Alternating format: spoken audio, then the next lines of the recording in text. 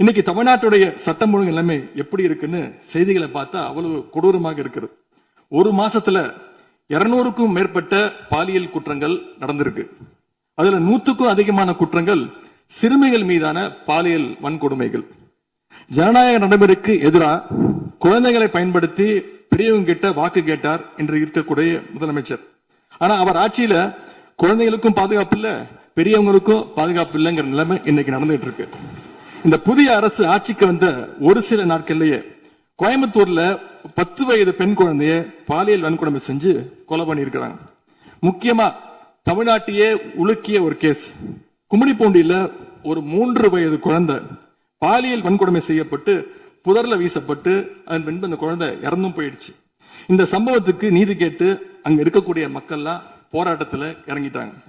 கோயம்புத்தூர்லயும் சரி, கும்மிடிப்பூண்டியிலும் சரி, 2 சம்பவத்திலுமே மரணமடைஞ்ச குழந்தைகளுடைய உடலை பெற்றோர்கிட்ட முறையா கொடுக்காம வேற இடத்துல காவல்துறை மூலமாகவே அடக்கம் பண்ணிருக்கிறாங்க. இதையெல்லாம் பாக்குறப்போ நாம இன்னைக்கு தமிழ்நாட்டில் தான் இருக்கிறோமா, இல்ல உத்தரப்பிரதேசம், மத்திய பிரதேசம் மாதிரி வடநாட்டில் இருக்கோமான்னு எங்களுக்கு சந்தேகம் வருது. சிங்கப்பெண் படைன்னு ஒரு திட்டத்தை முதலமைச்சர் அவர்கள் தொடங்கினார். அந்த திட்டம் வந்த அடுத்த நாளே காவல்துறை சேர்ந்த ஒரு பொண்ணுக்கு 3 பேர் பாலியல் தொல்லை கொடுத்திருக்கிறாங்க. சென்னை மற்றும் சுற்றுப்புறங்கள்ல மட்டும் கடந்த ஜூன் 12ஆம் தேதி 24 மணி நேரத்துல 12 பாலியல் வன்கொடுமை கேசஸ் ரிப்போர்ட் ஆயிருக்கு. சிங்கப்பெண் படை குற்றவாளிகளை சேஸ் பண்ணுவாங்கன்னு பார்த்தா அவங்களும் கூட ரீல்ஸ் போட்டு போஸ்ட் பண்ணிட்டு இருக்காங்க. மன்னன் எவ்வழி மக்கள் அவ்வழின்னு சொல்லுவாங்க. அதை சிங்கப்பெண் படை ஃபாலோ பண்ணுதோன்னு மக்களுக்கு சந்தேகம் வந்துருச்சு. இந்த ஒரு மாசத்துல நடந்த குற்ற சம்பவங்களை எல்லாம் எடுத்து பார்த்தா பெரும்பாலான குற்றவாளிகள் ஆளுங்கட்சியை சேர்ந்தவங்களாவே இருக்கிறாங்க. இவங்க ஆட்சிக்கு வந்து தொகுதி வாரியா போய் நலத்திட்ட உதவிகள்லாம் செய்வாங்கன்னு பார்த்தா அவங்க கட்சிக்காரங்க தொகுதி வாரியா போய் பாலியல் வன்கொடுமையில ஈடுபட்டு இருக்கிறாங்க. ஆளுங்கட்சியுடைய ஆலந்தூர் பகுதி தயவுசெய்து பொதுவா நீங்க பேசுவது நான் ஏற்றுக்கொள்ள முடியாது. இல்ல சும்மா ஆதார் பாருங்க,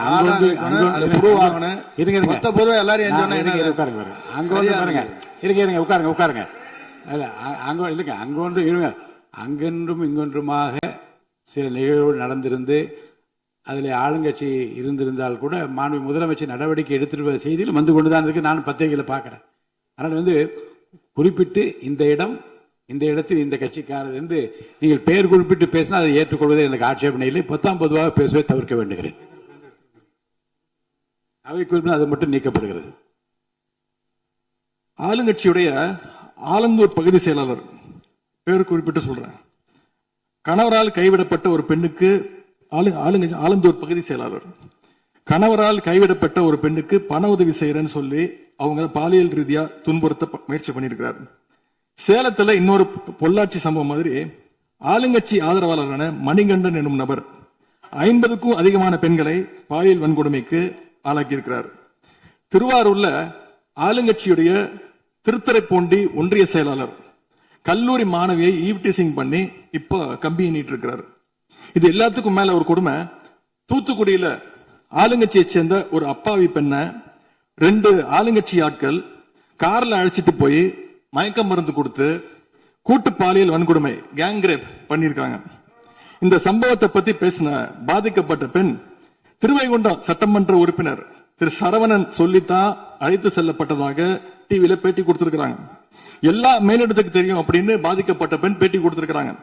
யார் அந்த மேலிடம் அப்படின்னு இன்னைக்கு மக்கள் கேட்க ஆரம்பிச்சிருக்கிறாங்க. தனக்கு நேர்ந்த கொடுமையை ஆளுங்கட்சியினுடைய அமைச்சர்கள் 2ஆம் கட்ட 3ஆம் கட்ட தலைவர்கள் கிட்ட சொன்னதாகவும் பாதிக்கப்பட்ட பெண் இன்னைக்கு சொல்லியிருக்கிறாங்க. ஆனா நடந்தது என்ன? யார் தப்பு பண்ணாலும் நடவடிக்கை எடுக்க தயங்க மாட்டேன்னு சொன்னார் நம்முடைய முதலமைச்சர். ஆனா இந்த சம்பவத்துல குற்றம் சாட்டப்பட்டுள்ள சட்டமன்ற உறுப்பினர் மேல என்ன நடவடிக்கை எடுத்தாங்கன்னு தெரியல. அதுக்கு மாறா பாதிக்கப்பட்ட பெண்ணை கட்சியிலிருந்து நீக்கி இருக்கீங்க. இதுக்கு பேர் தான் மாற்றமா? இதுக்கு பேர் தான் தூய சக்தியா அப்படின்னு மக்கள் கேட்கிறாங்க.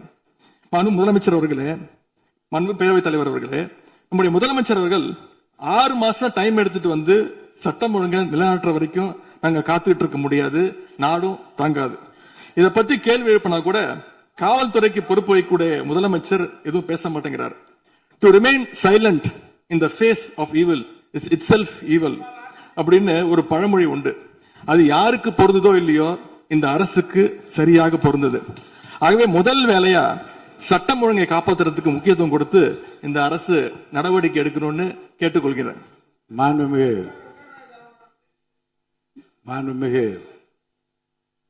எதிர்க்கட்சி தலைவர் அவர்கள் ஆளுநர் உரைக்கு நன்றி தெரிவித்து ஆளுநர் உரை பற்றி பேசுவார் என்று உங்களைப் போல நான் ஆர்வமாக எதிர்பார்த்துக் கொண்டிருக்கிறேன். ஆதாரம் இல்லாமல் குற்றச்சாட்டுகளை தவிர்க்க வேண்டும் என்று நான் கேட்டிருக்கிறேன். நீங்கள் கொடுத்திருக்கிற அந்த ஆதாரங்களை எல்லாம் உன்னிப்பாக மாண்புமிகு முதலமைச்சர் கவனித்துக் கொண்டுதான் இருக்கிறார், குறிப்பீடு எடுத்துக் கொண்டிருக்கிறார். அவர் நாளை உங்களுக்கென்று நமக்கென்று அவர் பதிலளிக்கவும் காத்திருக்கிறார். எனவே பொதுவாக குற்றச்சாட்டுகளை கூறுவதை விடுத்துவிட்டு நேரடியாக விவாதத்திற்கு வரும்போது மாண்புமிகு பொதுப்பணித்துறை அமைச்சர்கள் பதில் சொன்ன பிறகு நான் சொல்கிறேன். பொதுப்பணித்துறை அமைச்சர் அவர்கள். மாண்புமிகு பேரவைத் தலைவர்களே, உறுதியாக சட்டமன்ற உறுப்பினர்கள் எதிர்க்கட்சி தலைவருடைய அனைத்து கருத்துகளுக்கும் மாண்புமிகு முதலமைச்சர் அவர்கள் நாளைக்கு பதில் சொல்ல போறாரு. அதற்கு முன்பு ஒரே ஒரு குறிப்பு. ஏன்னா போன ஆட்சியில துணை முதலமைச்சரா எதிர்க்கட்சி தலைவர் இருந்தாரு. அவருக்கு ஒரு பதிவு பண்றேன், வேணாலும் இதை இந்த அவை முடிந்த பிறகு அவரே ஆராய்ந்து சொல்லட்டும். As per the NCRP report for 2024, the number of the crimes against children reported in the state increased by the more than 40% in 2024, with 10,046 cases registered compared to 6,968 cases in 2023. அன்றைக்கு திராவிட முன்னேற்ற கழகத்துடைய முதலமைச்சராக இருந்த திரு மு.க. ஸ்டாலின் அவர்களுடைய ஆட்சியில், நீங்கள் டெப்டி சிஎம்மாக இருந்த ஆட்சியில் 2023 இருந்து 2024 ஒரு வருடத்தில் 40% போஸ்கோ ஆக்ட், அதாவது குழந்தைகளுக்கு பாதிப்பு ஏற்பட்டது. யாரோட அறிக்கைன்னா NCRP. இதற்கு முக்கிய காரணம் ட்ரக்ஸ். 6 வருடங்களுக்கு முன்பு ட்ரக்ஸ் தமிழ்நாட்டில் கிடையாது, இது எல்லோருக்கும் தெரியும். ஆனால் இந்த 5 வருடத்தில் ட்ரக்ஸுக்கான பிரச்சனைகளை எத்தனை முறை ரிவ்யூ மீட்டிங் போட்டு சரி செய்யப்பட்டது. அன்று டெப்டி சிஎம் இருந்தவர் இந்த 40% கிட்டத்தட்ட 6,968 சில நிகழ்வுகள் நடந்திருந்து அதில் ஆளுங்கட்சி இருந்திருந்தால் கூட மாண்பு முதலமைச்சர் நடவடிக்கை எடுத்துட்டு செய்தியில் வந்து கொண்டுதான் இருக்கு. நான் பத்திரிகையில் பார்க்கிறேன். அதனால் குறிப்பிட்டு இந்த இடத்தில் இந்த கட்சிக்காரர் என்று நீங்கள் பெயர் குறிப்பிட்டு பேசினா அதை ஏற்றுக்கொள்வதை எனக்கு ஆட்சேபனை இல்லை. பொதுவாக பேசுவதை தவிர்க்க வேண்டுகிறேன். அவை குறிப்பிட்டு அது மட்டும் நீக்கப்படுகிறது. ஆளுங்கட்சியுடைய ஆலந்தூர் பகுதி செயலாளர் பேர் குறிப்பிட்டு சொல்றேன். கணவரால் கைவிடப்பட்ட ஒரு பெண்ணுக்கு ஆலந்தூர் பகுதி செயலாளர் கணவரால் கைவிடப்பட்ட ஒரு பெண்ணுக்கு பண உதவி செய்யறேன்னு சொல்லி அவங்க பாலியல் ரீதியா துன்புறுத்த முயற்சி பண்ணியிருக்கிறார். சேலத்துல இன்னொரு பொள்ளாச்சி சம்பவம் மாதிரி ஆளுங்கட்சி ஆதரவாளரான மணிகண்டன் என்னும் நபர் 50க்கும் அதிகமான பெண்களை பாலியல் வன்கொடுமைக்கு ஆளாக்கியிருக்கிறார்.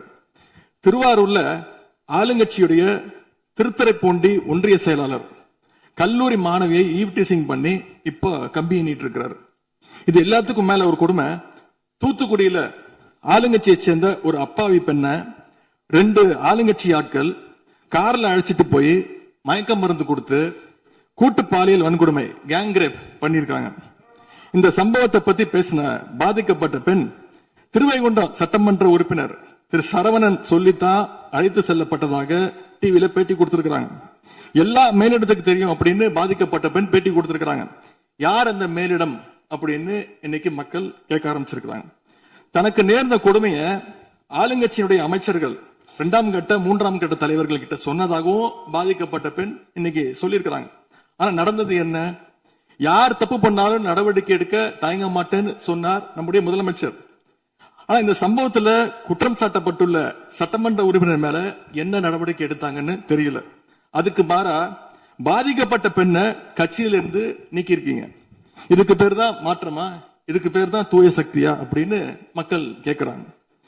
முதலமைச்சர் அவர்களே, பேரவைத் தலைவர் அவர்களே, நம்முடைய முதலமைச்சர் அவர்கள் 6 மாசம் டைம் எடுத்துட்டு சட்டம் ஒழுங்கை நிலைநாட்டுற வரைக்கும் நாங்க காத்துட்டு இருக்க முடியாது, நாடும் தாங்காது.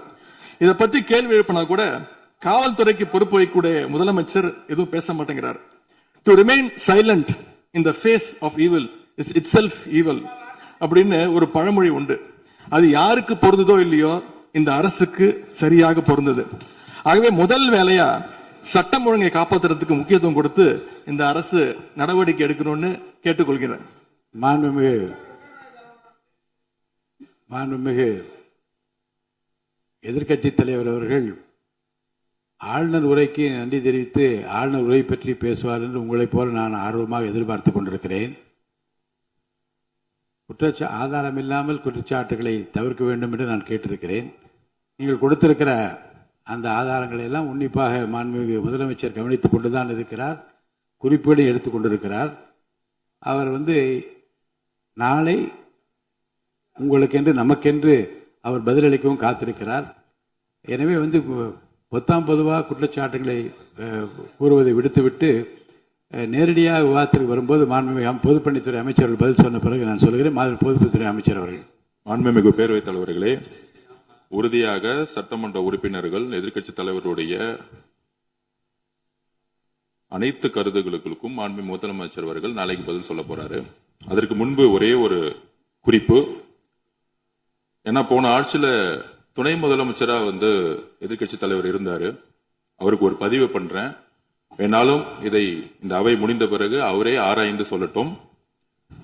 As per the NCRP report for 2024, the number of the crimes against children reported in the state increased by the more than 40% in 2024, with 10,046 cases registered compared to 6,968 cases in 2023.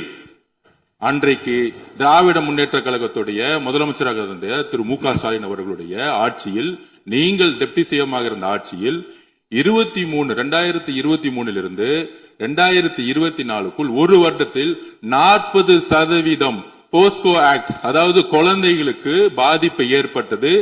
யாரோட அறிக்கைன்னா என்சிஆர்பி. இதற்கு முக்கிய காரணம் drugs.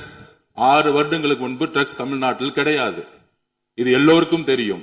ஆனால் இந்த 5 வருடத்தில் ட்ரக்ஸுக்கான பிரச்சனைகளை எத்தனை முறை ரிவ்யூ மீட்டிங் போட்டு சரி செய்யப்பட்டது. அன்று டெப்டி சிஎம் இருந்தவர் இந்த 40% கிட்டத்தட்ட 6,968 இருந்து 10,046 காசா இன்கிரீஸ் ஆயிருக்கு. உங்களுடைய ஆட்சியில எந்த நேரத்தில் டெப்டி சிஎம் இருந்து இந்த போஸ்கோ வழக்குகளை நீங்கள் ரிவ்யூ மீட்டிங் பண்ணி குறைச்சீர்கள்?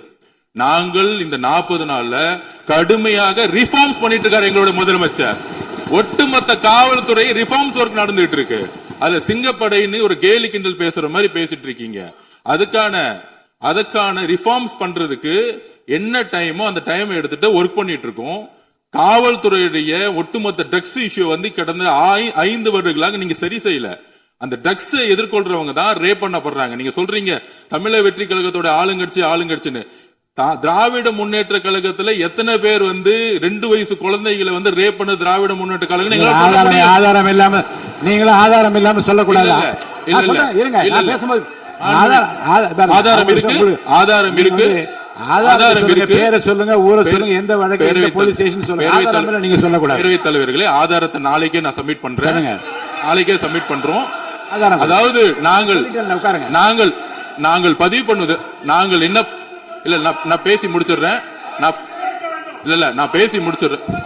நாங்க பேசி முடிச்சிடுறோம். அதுக்கப்புறம் கருத்து சொல்ல. அதாவது ஒரு கட்சியில நான் பேசி முடிச்சிடுறேன். ஒரு கட்சியில கோடானு கோடி மெம்பர்ஸ் இருப்பாங்க. 1 கோடி பேர், அவங்க 2 கோடி பேர் சொல்லுவாங்க. நாங்க அது மாதிரி 1 கோடி பேர் 2 கோடி பேர் சொல்லுவோம். அதுல சில பேர் செய்யக்கூடிய தவறுகளை உடனடியாக கவனித்து வரும் பொழுது யார் யாரெல்லாம் தவறு உடனடியாக கைது செய்யப்பட்டிருக்காங்க. இது திமுக அதிமுக மித்த கட்சி பிரச்சனைகள் கிடையாது. எந்த நபர் தவறு செய்தாலும் கட்சியின் அடிப்படையில் எந்த சட்டம் ஒழுங்கு கிடையாது. எங்களுடைய மாண்புமிகு முதலமைச்சருடைய தலைமையில் சட்டம் ஒழுங்கு நேர்மையான முறையில் மாற்றப்பட்டிருக்கு, கட்சிக்கு அப்பாற்பட்டு. இதை நாங்கள் பதிவு செய்கிறோம். அதனால மாண்புமிகு துணை முதலமைச்சர் அவர்கள் எந்த அளவுக்கு போஸ்கோ கேஸும் ட்ரக்ஸோட இஷ்யூஸும் 2021-26 அதிகமாகிறத உங்களுடைய ஆய்வை நீங்கள் மேற்கொள்ளுங்கள், எழுதி வைத்துக் கொள்ளுங்கள்.